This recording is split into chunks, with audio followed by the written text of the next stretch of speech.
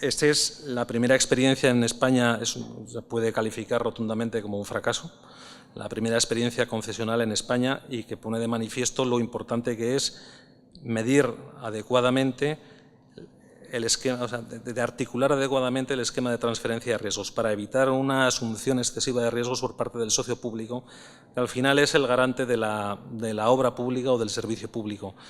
Y yo, escuchando al vicepresidente y la frustración que generaba esa paralización de los proyectos. Esa paralización de los proyectos al final la va a terminar pagando el pueblo colombiano. Eso es tarde o temprano. ¿Por qué? Porque al final eso son reclamaciones que probablemente irán directamente contra el concedente.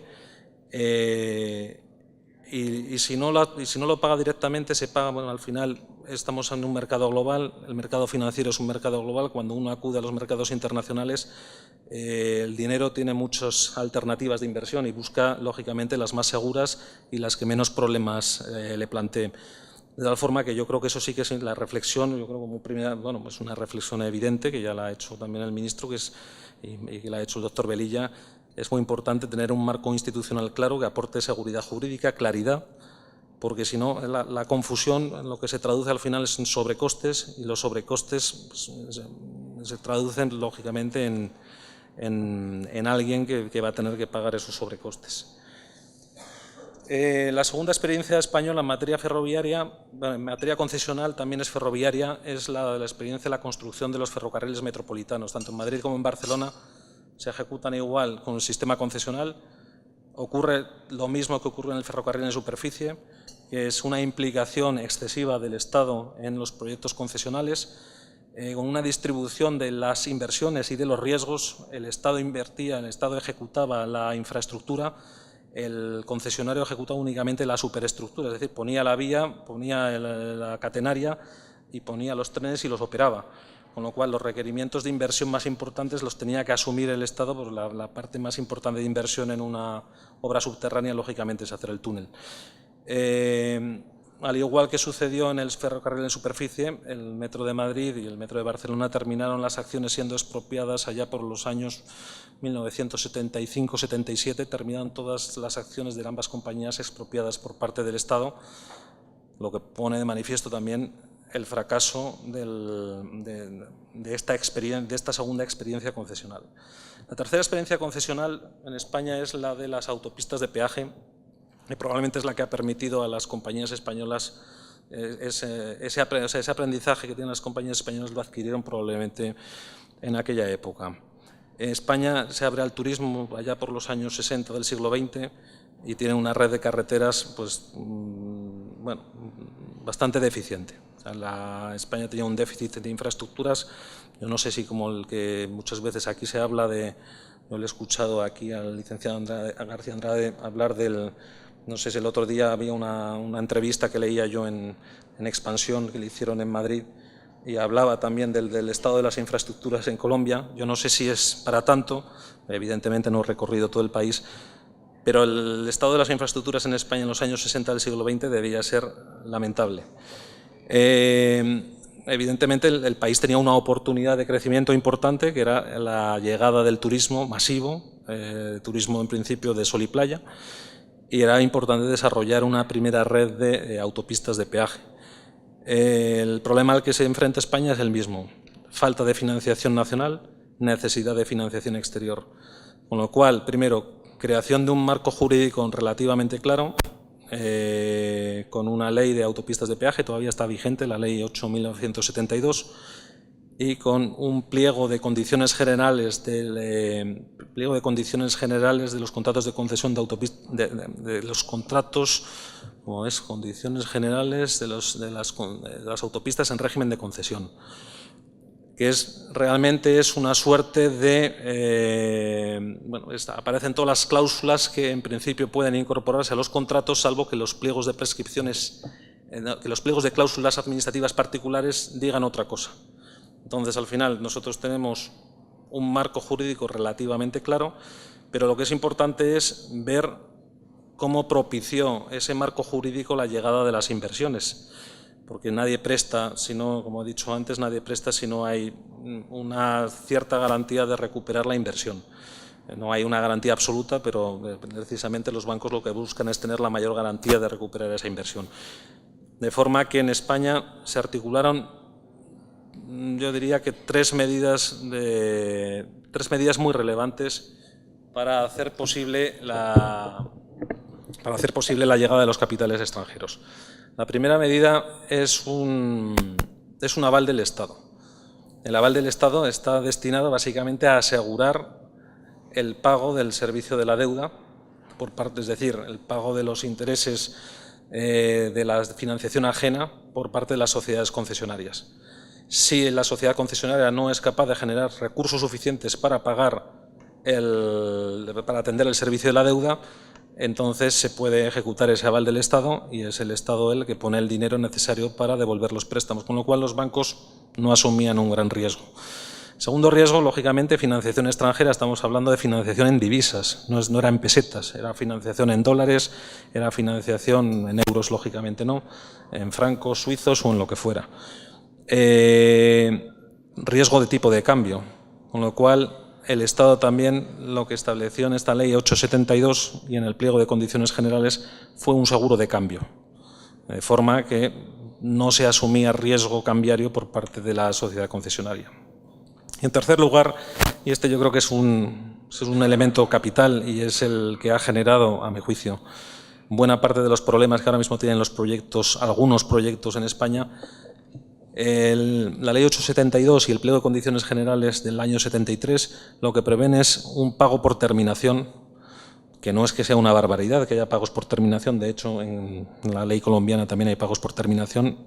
No me voy a pronunciar sobre los pagos por terminación del derecho colombiano, pero el pago por terminación en la ley de 1972 básicamente lo que garantizaba era recuperar el valor de la inversión neta de amortizaciones, con lo cual el riesgo asumido por los bancos era prácticamente nulo y el riesgo asumido por parte de los accionistas de la sociedad concesionaria, bueno, estaba mitigado gracias al reconocimiento de ese pago por terminación independientemente de la causa. Es decir, el contrato podía terminar por causa imputable al concesionario, podía terminar anticipadamente y, sin embargo, el concesionario tenía derecho a ese pago por terminación. Se construyeron pues, una serie de concesiones, yo creo que las más importantes que ha habido en España, concesiones que esto es una dinámica también del derecho español y que es absolutamente importante cuando hablamos de la fase preparatoria, de esa fase previa en España es previa a la licitación, entiendo que aquí también, que es la fase de estudio, es la fase de elaboración de los estudios precisos para saber si el proyecto es o no viable. En aquella época, pues, yo creo que eso ha sido una constante y una parte de los problemas de algunos proyectos relativamente recientes es que se hacían unos estudios de demanda muy optimistas, de forma que luego los licitadores tampoco los contrastaban.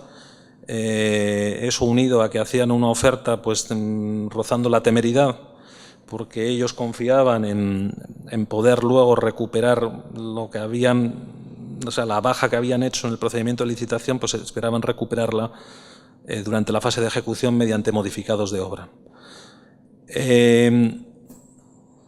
Como consecuencia del establecimiento de la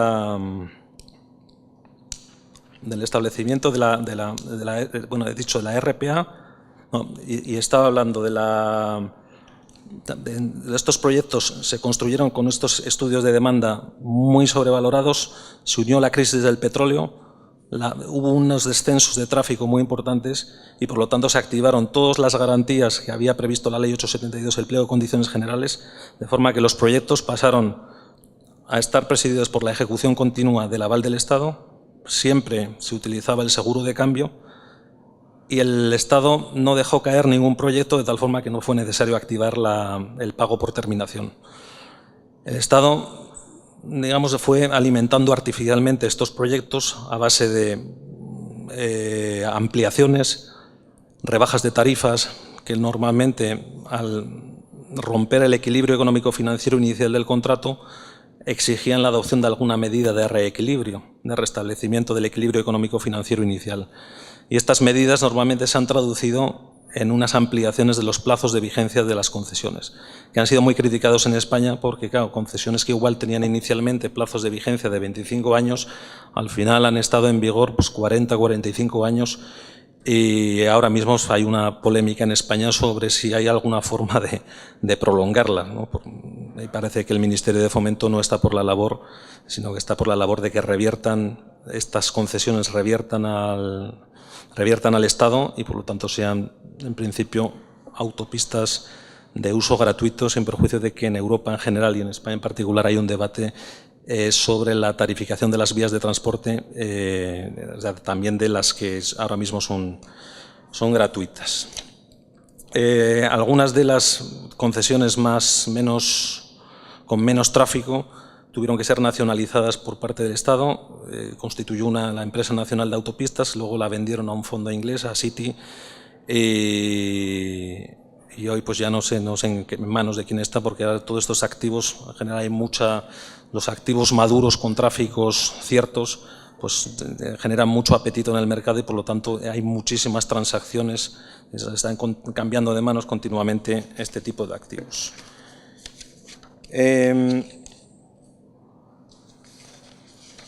Para finalizar el repaso histórico me refería antes al año 1996. En 1996 en España se empieza a hacer un uso continuado de los negocios de asociación público-privada, bien patrimoniales, bien contractuales, debido a una razón que es la aprobación de cara a la entrada en vigor de la Unión Económica y Monetaria de un pacto de estabilidad y crecimiento en el marco de la Unión Europea. Pacto de estabilidad y crecimiento lo que obliga es a los Estados miembros de la Unión Europea a tener una disciplina fiscal importante. Esa disciplina fiscal, y esto es una cuestión muy relevante, obliga a los Estados en general a no superar el 3% de déficit público.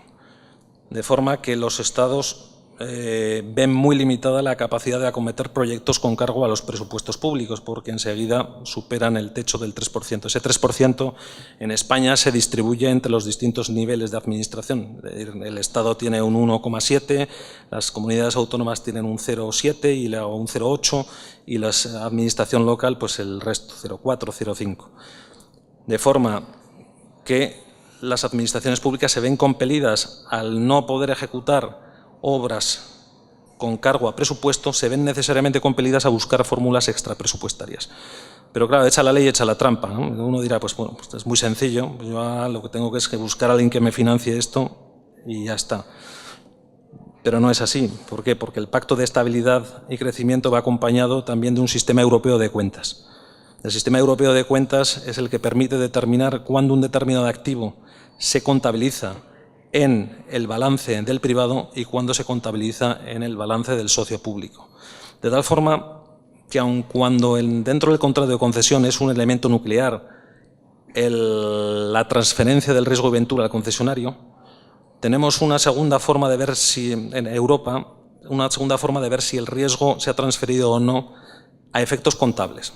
Nosotros tenemos que ver que el riesgo se ha transferido efectivamente a efectos de la regulación legal del contrato de concesión, pero puede ocurrir que cuando nosotros creemos que hemos articulado, que hemos estructurado un contrato en el que están efectivamente transferidos los riesgos al concesionario, a la parte privada, venga después los organismos competentes en materia para la aplicación del sistema europeo de cuentas, nos apliquen unas reglas que son distintas y lleguen a la conclusión de lo que creíamos nosotros que era un proyecto fuera del balance de la administración pública, termine siendo reclasificado y el proyecto vuelva al balance de la administración pública con repercusión sobre el objetivo de déficit público. De tal forma que las administraciones, pues es importante el año 1996 porque hubo una avalancha, las administraciones no tenían posibilidad prácticamente de ejecutar obras o de ejecutar todas las obras que querían con cargo a los presupuestos públicos. Tuvieron necesariamente que recurrir a la ejecución extrapresupuestaria mediante fórmulas de colaboración público-privada. Paso al tercer punto, que es la regulación de los negocios de asociación público-privada en España. En España, en general, en los Estados miembros de la Unión Europea, nosotros tenemos, por una parte, el derecho comunitario y luego el derecho nacional. El derecho comunitario, en este caso, es una directiva, por lo tanto, únicamente obliga a los Estados a incorporar las normas que recojan los principios de la directiva y los transpongan en el ordenamiento jurídico nacional. De tal forma que tenemos una directiva en la Unión Europea. Recientemente se ha aprobado la primera directiva en materia de concesiones. Hasta la fecha, la Unión Europea únicamente había regulado las concesiones a efectos de su preparación y adjudicación. A partir de 2014, la Unión Europea, en la directiva, regula no solo la preparación y adjudicación de los contratos de concesión, sino también los efectos y extinción, algunos aspectos relativos a la ejecución del contrato de concesión de obra pública. Esta directiva, como consecuencia de la falta de formación de gobierno en España, llevamos un año sin gobierno, pues no ha podido ser incorporada aún, de forma que es posible que la Unión Europea en cualquier momento abra un procedimiento de infracción frente a España por no incorporación en plazo del derecho comunitario. De forma que el derecho actualmente vigente en España es el que incorpora la directiva anterior, no la directiva actualmente en vigor, y sobre la que hay dudas si se aplica o no se aplica, porque hay una jurisprudencia del Tribunal de Justicia de la Unión Europea sobre el efecto directo de las directivas una vez vencidos los plazos de incorporación de los que disponen los Estados.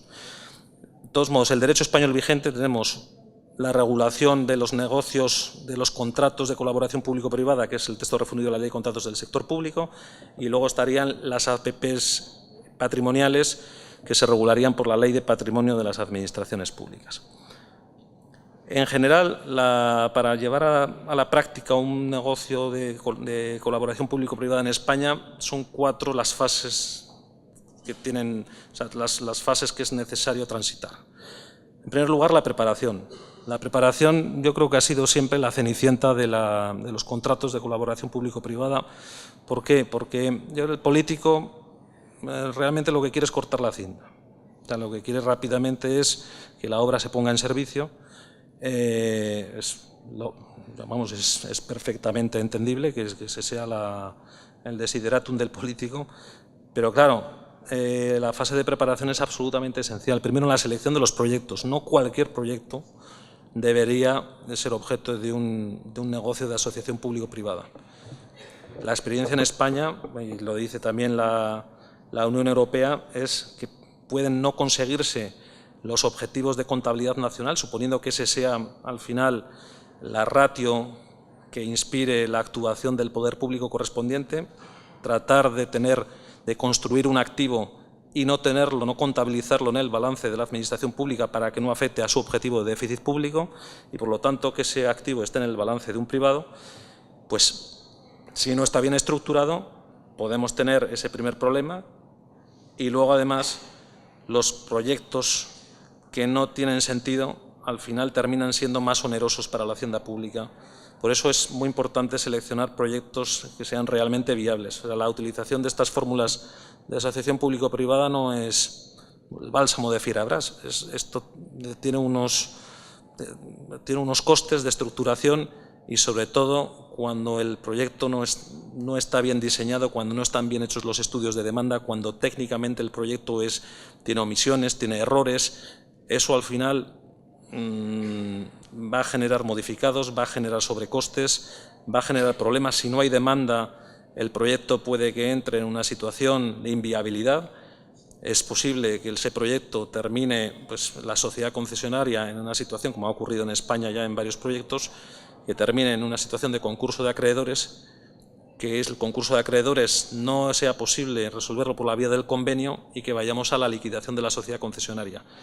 En España estamos en varios proyectos en ese punto de liquidación de varios proyectos, y la gente está muy expectante para ver qué ocurre exactamente con este pago por terminación. En España le llaman la RPA, Responsabilidad Patrimonial de la Administración, en los contratos de concesión, porque prácticamente no ha habido experiencia en España. Todo el mundo, toda la financiación ha descansado sobre este pago por terminación, pero ahora llega la hora de la verdad y está generando mucha litigiosidad la determinación de estos pagos.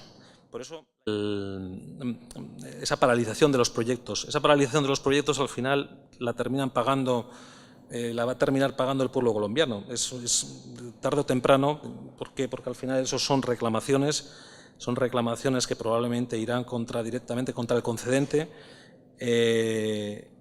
Y si no lo paga directamente, se paga, bueno, al final estamos en un mercado global, el mercado financiero es un mercado global, cuando uno acude a los mercados internacionales, el dinero tiene muchos. El concesionario ejecutaba únicamente la superestructura, es decir, ponía la vía, ponía la catenaria y ponía los trenes y los operaba, con lo cual los requerimientos de inversión más importantes los tenía que asumir el Estado, porque la parte más importante de inversión en una obra subterránea, lógicamente, es hacer el túnel.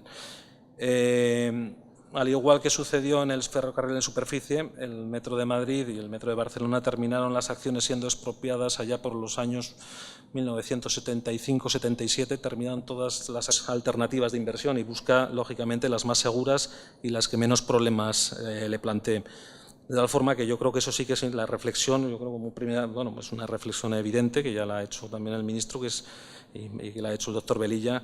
Es muy importante tener un marco institucional claro que aporte seguridad jurídica, claridad, porque si no, la confusión en lo que se traduce al final es en sobrecostes, y los sobrecostes pues, se traducen lógicamente en alguien que va a tener que pagar esos. Esta es la primera experiencia en España, se puede calificar rotundamente como un fracaso, la primera experiencia concesional en España, y que pone de manifiesto lo importante que es medir adecuadamente el esquema, o sea, de articular adecuadamente el esquema de transferencia de riesgos para evitar una asunción excesiva de riesgos por parte del socio público, que al final es el garante de la obra pública o del servicio público. Y yo, escuchando al vicepresidente y la frustración que generaba el sobrecostes. La segunda experiencia española en materia ferroviaria, bueno, en materia concesional también es ferroviaria, es la experiencia de la construcción de los ferrocarriles metropolitanos. Tanto en Madrid como en Barcelona se ejecutan igual con el sistema concesional. Ocurre lo mismo que ocurre en el ferrocarril en superficie, que es una implicación excesiva del Estado en los proyectos concesionales, con una distribución de las inversiones y de los riesgos. El Estado invertía, el Estado ejecutaba la infraestructura,